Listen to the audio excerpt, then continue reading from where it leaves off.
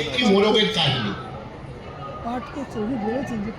একটি মোরগ হঠাৎ আশ্রয় পেয়ে গেল বিরাট রাজপ্রাসাদের ছোট্ট এক কোণে, ভাঙা প্যাকিং বাক্সের গাদায় আরো 2-3টি মুরগির সঙ্গে।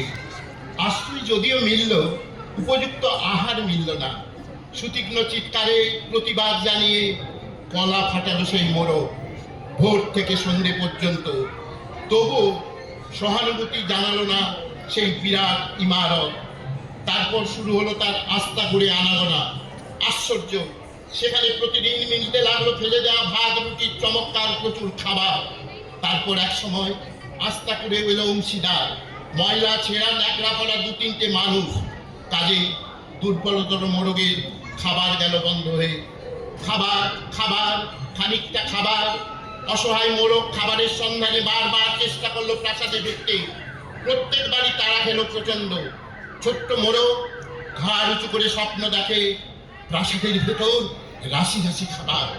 তারপর সত্যি সে একদিন প্রাসাদে ঢুকতে পেল। একেবারে সোজা চলে এলো ধপধপে সাদা দামি কাপড়ে ঢাকা খাবার টেবিলে। অবশ্য খাবার খেতে নয়, খাবার হিসেবে। অসাধারণ অসাধারণ আমরা কিছু কবিতা শুনলাম।